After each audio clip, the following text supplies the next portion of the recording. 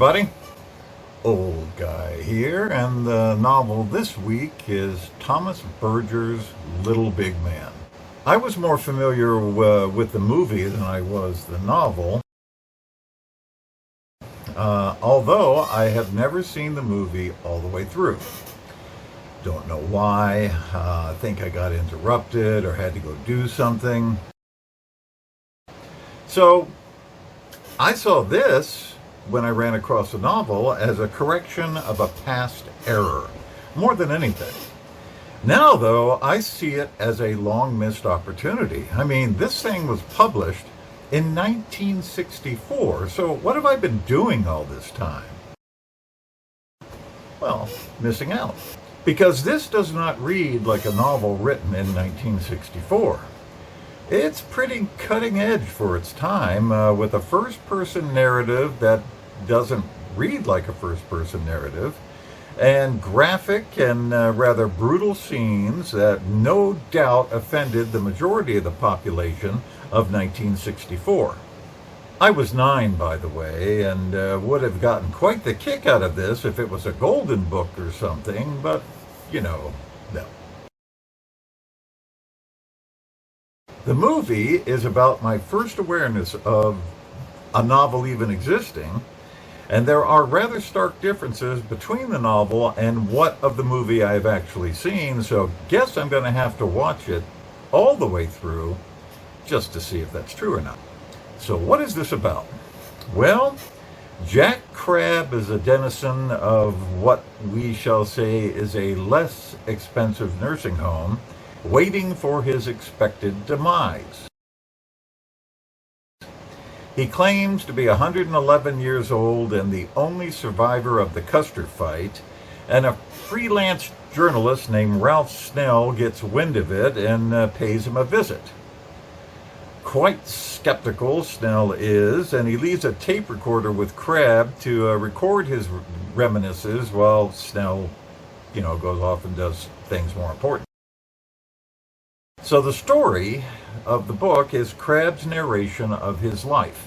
And what a life! Crabb and his family are heading to Utah because Crabb's father, who is a self-proclaimed pastor, converted to Mormonism after a few conversations at a bar, likes what he's heard about marriage arrangements out there.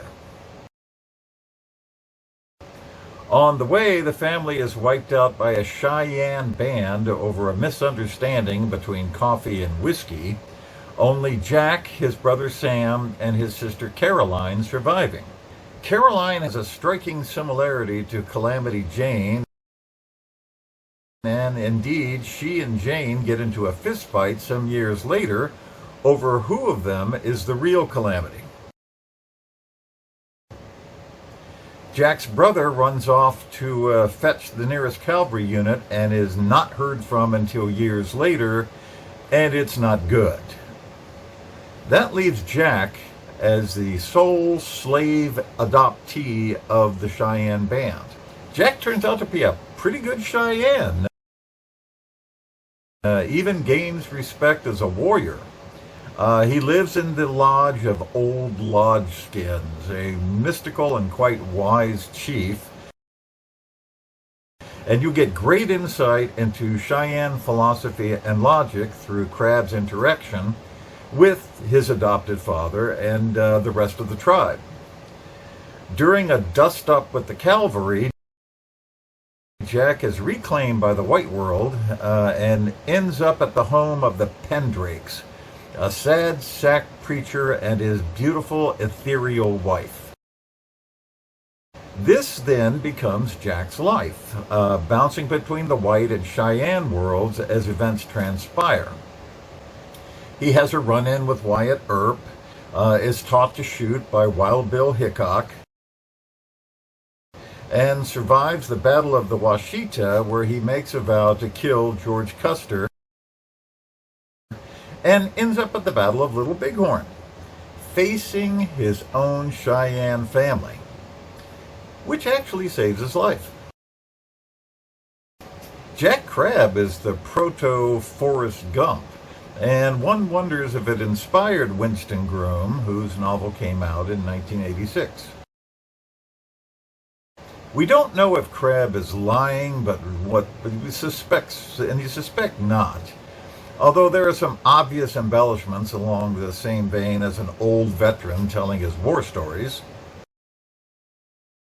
Jack is not an admirable character, and he doesn't hold back on his own misdeeds and sins,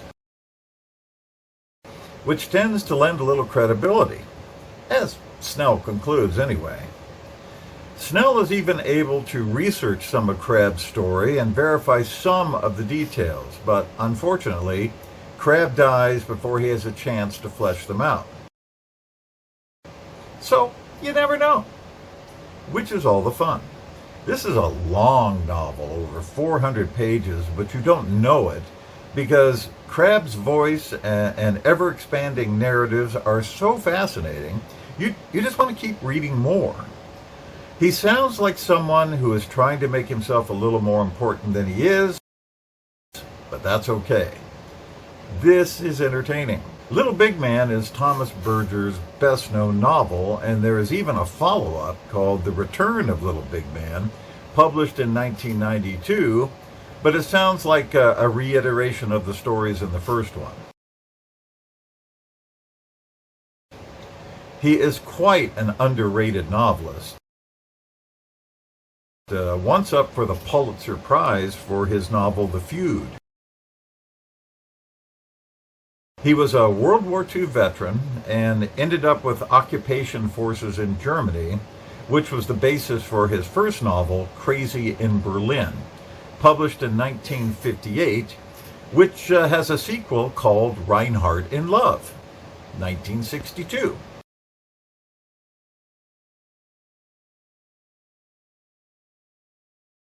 He wrote 23 novels, including an Arthurian one called Arthur Rex, a legendary novel, in 1978. He died in 2014, just a few days before his 90th birthday. Happy trails. Old guy here.